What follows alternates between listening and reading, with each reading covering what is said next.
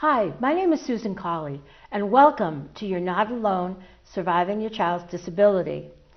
The benefits of all children to learn how to play with others increases their opportunity to have successful relationships later in life. To talk about what friendships and what they mean to a child with a disability is Jim Ross, co-coordinator of Widening the Circle. How you doing, Jim? I'm doing well, Susan. It's good to be here. Yeah, great. Let's start off with talking about friendships in general.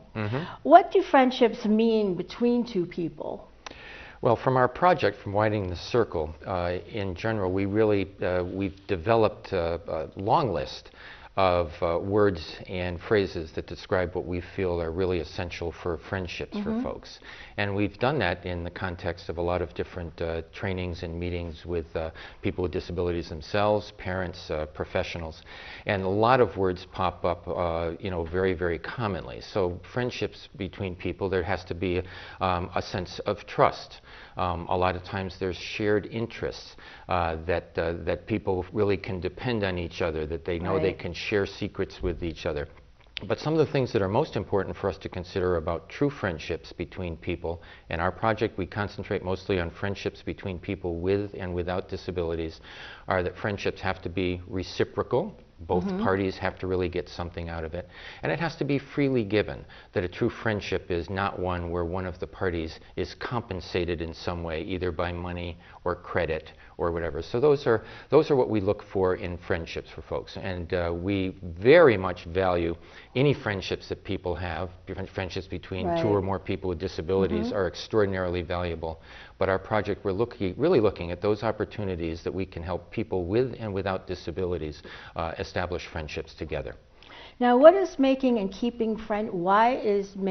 keeping friendships so important? There's a lot of times people think of, especially if they have a child that needs lots of different kind of supports, maybe medical supports, and you've got to do battle with the school systems about things. The friendship or relationship stuff is often put on the back burner. It shouldn't be. Friendships in people's lives are absolutely critical. In our studies, and we can go do in research, will show that people who have friends are happier. That seems to be fairly easy to understand. Yep. People with friends are also healthier than people without who don't have friends. And emotional health and physical health, there's documentation all over the place, about the health implications of friendships. Those people without friends who might be depressed and lonely, it's a terrible kind of situation. And also people who have friends are safer than people who don't have friends. And for those of us like you, what do you mean by that? Well, for people like you and me who have children with disabilities, we worry sometimes, don't we, about their vulnerability. And many times people with disabilities are more vulnerable. But those people who have better connections in the community, who have more friends, they are less apt to be abused or neglected or in school bullied if they've got friends, highly valued friends who are also part of their social circle. So people are less apt to harm folks if they know that there's some other watchful eyes out. And if unfortunately, if somebody is abused or neglected or bullied, if they have friends, those friends are much more apt to early on notice that something is wrong and report and come to that person's aid. I see. So friendships, this is not the frosting on the cake if you're doing planning for your sons or daughters at any age. This is something that is an essential ingredient that we should be thinking universal. about. It is. It's important for everybody, whether you have a disability or not. So who should teach and foster the development of friendships with a child with a disability? Who should be the main person to teach these people with disabilities? Well, I think that there's a role for many people in terms of fostering the relationships and friendships between people with and without disabilities. So certainly some of it falls on us as parents. That I know one of the things that has been kind of a heartbreaking for me, and maybe for a lot of your watchers as well, is when our kids without disabilities will oftentimes be invited to the birthday parties and the sleepovers and the camping trips. And they seem to fairly naturally be able to gather people around them, while some of our kids with disabilities, depending on what the disability is, may have a much harder time doing that. So we have a role as a parent, I think, sometimes to try to figure out what can we do to bring other people into the lives of our kids with disabilities, and whether that means for young kids play dates, and for older kids helping them become part of teams, making sure that we advocate that they be involved in things that are going on in their schools. Right. So there's roles for teachers. I think that many kids with disabilities are now in inclusive classrooms. Now, just because a child with a disability is physically in a classroom with their peers who don't have disabilities, doesn't mean that deep connections are necessarily being made. That friendships may not. With the aid or something, they could be, you know. Absolutely. So there's the role for the aide and the teacher to keep their eye open and look for those opportunities in the classroom to figure out where they can make that deeper connection happen. A lot of that in the schools isn't right in the classroom. It may be out on the playground. There's wonderful opportunities there, or in the lunchroom, or as the kids get older and the schools have more after-school activities, what are things that can be done there? If you have town recreation programs, coaches and on teams, there's a role for them, to help facilitate the connections between kids with and without disabilities. And as our kids get into older services, I think you have children in adult services now. Yes, I have two. I believe very strongly that there is a role for adult service providers, whether it's in day programs, employment programs, or residential programs, for the organizations that run those programs and for the direct support staff to have as part of their responsibilities and part of what they're trained for, to help the people they support connect with folks, to connect deeply with people in the community and make friends. So there's a role for us all. That's hard, though. I mean, I think when somebody's in a residential situation, it's most of the people in that home are sort of have the same attributes, and I think it's hard for the the counselors or whatever to facilitate friendship when so many of them are in different areas and have different problems, and I don't know how you rectify that. Yeah, well, you certainly have a point, Susan, there. And one of the things our project is doing this year is that we are working on two toolkits. One is about helping people, friendships at school. So for people from the earliest ages right up through college with disabilities, how to connect in school, how to make connections between students with and without disabilities. But we're also working on a toolkit that is aimed in part at people who live in group homes. And what is it that the group home staff and administration might be able to do to increase the chances that the people who are residing in a group home can better connect in the community with other folks?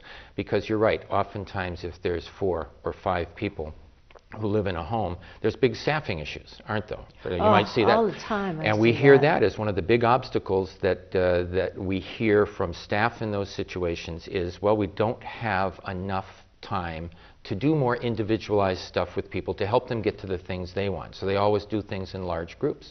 And large groups is one of the things that stands most in the way of people. Really? Well, if the goal, as our projects is, and I would suggest that people should think of for the people they support and their sons and daughters, is to help people with disabilities make personal connections with people without disabilities in the community, then if everybody in the group home, if 4 or 5 people are always going to every activity together with their paid staff, that's not a very welcoming thing. That doesn't send a message to the public to be involved. So one of the things that we suggest to staff in a home like that is start with one person.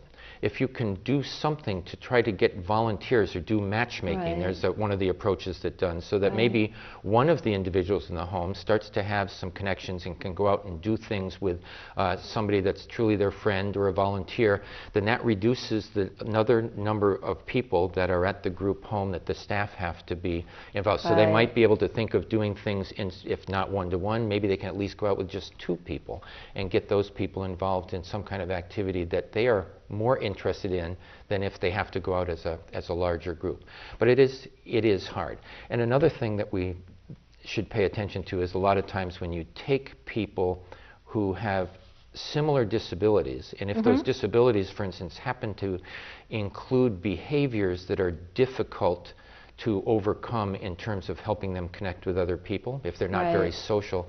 When you have people with those same problems all living together, then a lot of times all that does is it increases those kinds of behaviors and makes things more difficult. Yeah, which is totally, I can totally see that. And so that makes, that's a harder nut to crack in terms of trying to figure out how to help them connect with community members. But I know Department of Developmental Services, for instance, and this isn't a perfect solution, but is really trying to help more and more people think of, maybe the first thought isn't to go into a group home, maybe it's something like shared living, where they might have, if it's done correctly, people might have more of a chance of having their individual social needs kind of looked at than it would be if they're living with 3 or 4 or 5 other people with disabilities. Like getting an apartment together or something, and then have somebody oversee it. Yes, there's lots of things. There's individual kind of support, so maybe 1 or 2 people don't actually need 24-hour supports. Maybe they can live in a situation so that they've got a little bit more freedom, but they have the support that they need. But the trick there, so is that I think too often your children have ISPs. Yes. They have, and so individualized support plans.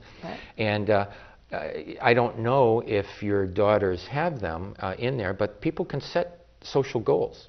So it doesn't all have to be learning how to cook or making sure that the medical needs are taken care of or whatever, but the idea of being more involved in the community and even specifically putting in goals that have them connecting with their peers in the community who don't have disabilities is a good way, that, again, it's not perfect, but it's a good way, that's your contract. So it allows you as a parent and allows them as people being served to kind of point to that goal and say, hey, listen, provider agency, you're supposed, here's some other things that you've agreed that you're going to help me with. Yeah, I mean, I've gone through several ISPs and I don't think that we ever have made a goal about friendship. It's been like, as you said, it's about cooking, it's about, handling money, it's about, all of these things that are social, but not actually about meeting somebody and being friends with them. Well, here's a little resource I want to share with you and your watchers is, again, my project is funded by the Department of Developmental Services through the ARC of Massachusetts. And the ARC of Massachusetts, and you can just Google ARC of Mass, you can go in, you can find their website, you can go into their programs and find the friends, the widening the circle. But every quarter they put out a newsletter called Advocate. And in the spring edition of Advocate, we had an article that was written by folks up at an ARC on the North Shore about how to use your IEP, your individualized educational plan for folks with disabilities who are in school, to best effect, to help them make friendships.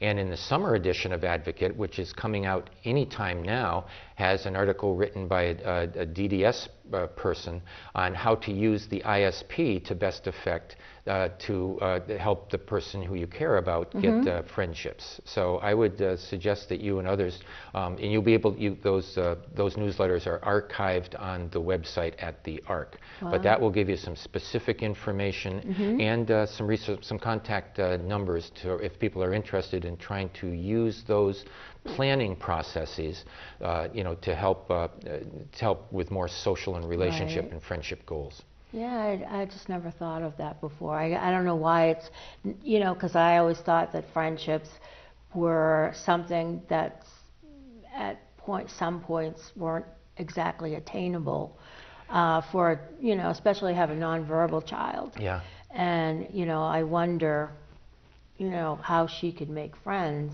Well, go ahead.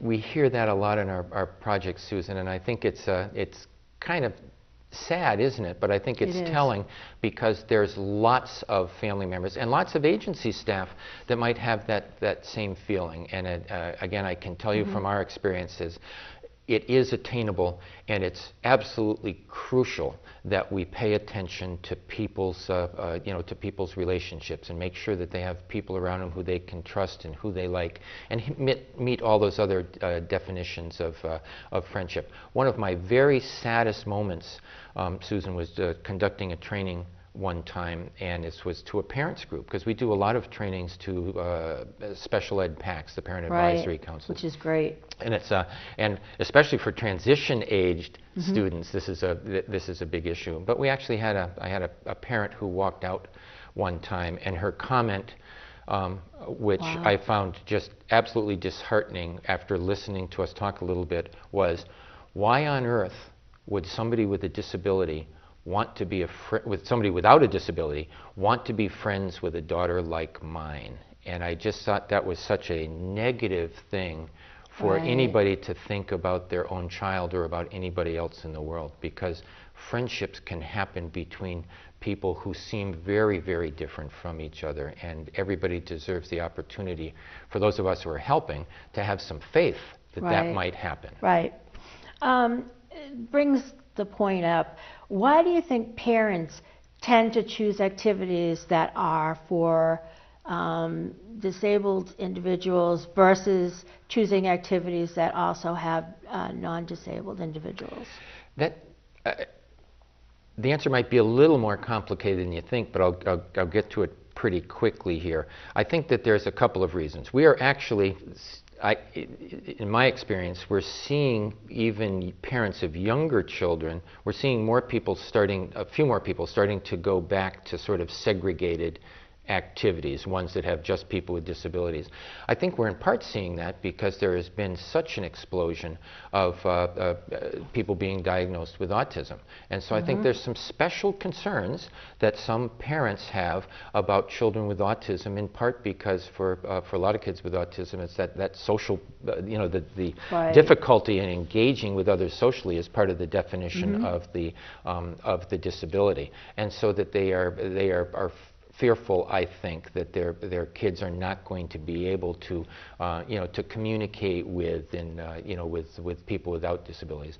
We also know that there's a lot of parents who are looking at the more segregated models of activities, including recreational programs, because they or their child may have had a bad experience in the past in a more inclusive one, that they felt it didn't work out for them at first. And I would just beg you and any of your watchers here on this show, for those people that have had those bad experiences, to not just think that that means the end of the opportunities in their child's lifetime for a chance to be more fully engaged with the wider world.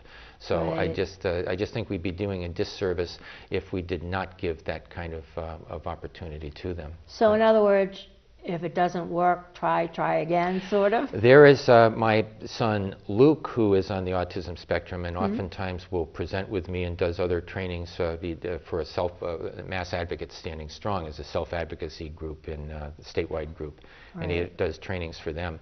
Is very much in line with what you just said. He says, do lots of things. Get your sons and daughters. Have people try all kinds of different things, because you never know when they are going to find something that they really like to do that's with other people who share that interest and who are very eager to be engaged deeply with them.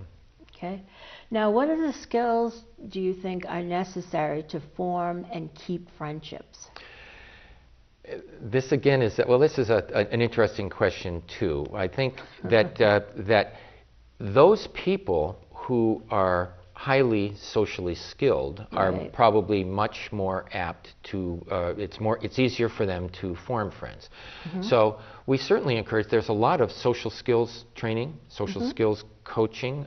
There's you can Google that and find all kinds of things. Massachusetts is awash with programs, some good and not so good, that will help people gain some of the social skills that they might need. And so a lot of those groups will work on social skills that have to do with eye contact, social distance, being polite.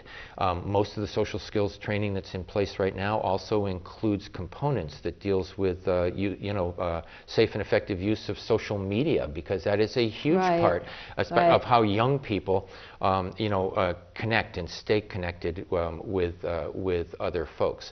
So I think that those are a lot of the skills that people might need. However, I think it would be the absolute wrong thing for us as parents, as teachers in Woburn High School, as staff members at Amigo, or any other human service agency in the state, for us to think that people with disabilities need to master social skills before they are provided the support that they need to engage with other people in meaningful ways, including friendships. Because let's be honest, some of my children, some of your children, some of the people that are served around the state are never going to master those. Their disability itself may just preclude them from being able to be adept socially. And those people, in fact, may be the most in need of having other people who like them and who they can trust. And even if they can't converse with them verbally, they still are be able to, to share their feelings in some ways. Well, what happens though if I have a nonverbal child, and what happens when the nonverbal child does not have the education to use like any of the social medias or anything? How can they form friendships? It's a lot easier if it starts younger, Susan, and this is, again, I'm sort of chided by my son Luke, who's on our advisory committee for this project, to dig down deeper, and we're actually doing some work with a school district down towards the Cape, and it's going to inform our Friends at School toolkit in terms of giving some tools to parents and to teachers for very young children, because if they're brought along, that can really help. But we have also found that there are connections that can be made even with people with very severe disabilities, including being nonverbal. So there are programs out there, for instance, that do matchmaking. Can I ask your daughter, who's nonverbal, what kind of things does she like to do? She likes to paint, she likes to color, she likes activities like that. She loves the outdoors, but she doesn't really like swimming so much. She used to, but... Well, one of the first things that can happen by a lot of the organizations that do this kind of matchmaking would do sort of an interest inventory. So make a list of all the kind of things that your daughter likes to do, and find out, are there volunteers in the community who may like to do those kinds of things too. We ran some, you said she's interested in sort of art stuff? Yeah.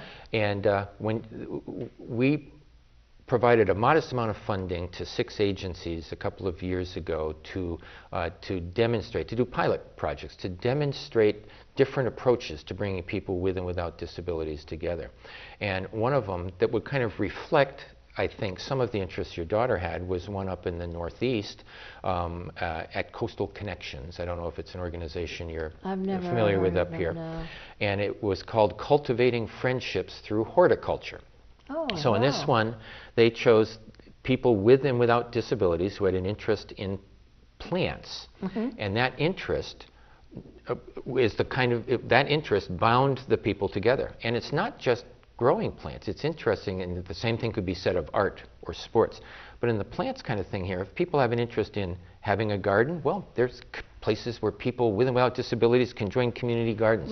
They can join a community, they can join a garden club together. They could work on a farm. They could build bat houses, because bats are a cultivator. If you are interested, a lot of people like to take photographs or paint pictures of flowers. That's another way people who share that interest can come together. So if art is an interest or the outdoors is an interest, we have part of our website is called A to Z Archery to Zumba. And if you go on that, we have for every letter of the alphabet, we have at least one site that you can click onto that will give you some information about an activity that people who with or without disabilities could share together. So we really want people to be thinking that all those things that you said your daughter likes to do, there's lots of people out in the world who also like to do that. And that's a way of bringing them together. And she doesn't have to be able to talk to be able to participate in that. Well, that's great. I'm going to have to try some of that. Please do. Now, how do you teach a child without a disability to understand and accept a friendship with a child who has a disability? It's interesting, because that is the important counterpart. That if you've got a child with a disability, you want to make sure that they have as many of the social skills as they're capable of to be able to interact with the wider world, which, especially when they're young, is primarily other children, maybe at school or in their neighborhood. But children who don't have disabilities, or children with one kind of disability but not another kind, it might be very helpful for them to get rid of the fear factor that's the usual reason for people not connecting, is the fear of the unknown. So there's a lot of different ways that, formal ways that people can go about helping with what some people used to call disability awareness, and more people are calling ability awareness now. So for instance, in my wife's school system, my wife teaches first grade down in Easton, and they have a program that was started by a mother of a girl with a disability, and it's called I Care. Our website has a lot of this information if you go on it. And what she has done is that she's pulled together a pretty good-sized library of books that are age appropriate through different ages of school that have to do with different kinds of disabilities. And she, last I knew, had like 50 volunteers. And if a teacher knew that there was a child coming into third grade who was deaf, they would have a reader come in and they could share in a very, very non-threatening way, find that kids could, through reading this reader reading the book, find out more about the person, about what it's like for somebody to be deaf. There's some agencies still use, and there's it's an old one, Kids on the Block, which is the puppet shows that has puppets of all different kind of disabilities. And so they have trained people to use the puppets to go in and share with the kids what it's like if somebody's coming in who's using a wheelchair, or who is deaf, or who has Down syndrome. And there's a program, it's more in the metro region, I think, called Understanding Our Differences, that actually has people with different disabilities going in and doing talks and presentations to the school kids about what it's like to have their disability. So those are formal ways that it can be done. But again, let's make no bones about it. Just because somebody is deaf, for instance, they may not know anything about somebody with a mobility impairment. So our kids with disabilities also need to be taught a little bit more about what it's like for other kids who have other disabilities as well. But there's a number of different ways that can happen. But I really think the best way for people to know about what it's like to have disability is for us to just make sure that our classrooms, our church pews, our swimming pools at the YMCAs, and our park and rec departments, et cetera, include people with and without disabilities together. That's how we learn, is when we share the world together. Oh, that's great. Now, I have one more question. Sure. How do you handle the situation if your child with a disability does not feel accepted or capable of fitting in? Well, what interests me about that question is, I think I would think of that question no matter if that happened to any of my children, with or without disabilities, because I think sometimes that happens to folks. I think the first thing I would do is I would want to remind myself as the parent that let me ask you this question, and I ask it a lot in trainings. How many people have you met in the world? Yeah. And how many of those people do you count as your friends? I have a lot of acquaintances, but very few friends. Right. So I think one of the things we have to make sure that our children know is that most of the people they meet are not going to end up being friends. And so we don't want to do anything we can to try to support them not to be so disappointed and disillusioned by that they give up hope. Because part of the definition that we use of friends too, it's not an immediate thing. It happens over time. So you need to stay engaged in activities that involve the same people over enough period of time that people start to know you and recognize and value the gifts that you have, whether you have a disability or not. Because being friends overnight is not really something that usually happens. Do you have some people who, like for instance, expect friendship right away? Oh, absolutely. And I think this is something I think that has been a disservice for years by the by disability services at times. Is that I think a lot of our children with disabilities have sometimes been taught that everybody is their friend. Yeah. And I think that we see that reflected in. And I'm not picking on any organizations, but I was worried for a long time about those people who would be in events with Special Olympics, and there would be huggers at the end. Maybe they didn't know them, but I think oftentimes we've seen, and this is what makes some of our kids so vulnerable. If they can't differentiate between somebody who is a stranger versus an acquaintance versus a friend, we've got to be very careful who they start to share secrets with, and and who they are affectionate with, and all of that. So it's very important that we try to help people understand the different gradations of relationship. And there's 1,000 different relationships out there. One of the very most important ones is friendship, but it is different than acquaintances. So. Well, thank you, Jim, for coming and talking about friendship. I think you had a lot of good points. So, although children with disabilities need extra support from adults, friendships between those with disabilities and those without disabilities can enrich the lives of both. Thank you for watching this important show on friendships. See you next time on You're Not Alone, Surviving Your Child's Disability.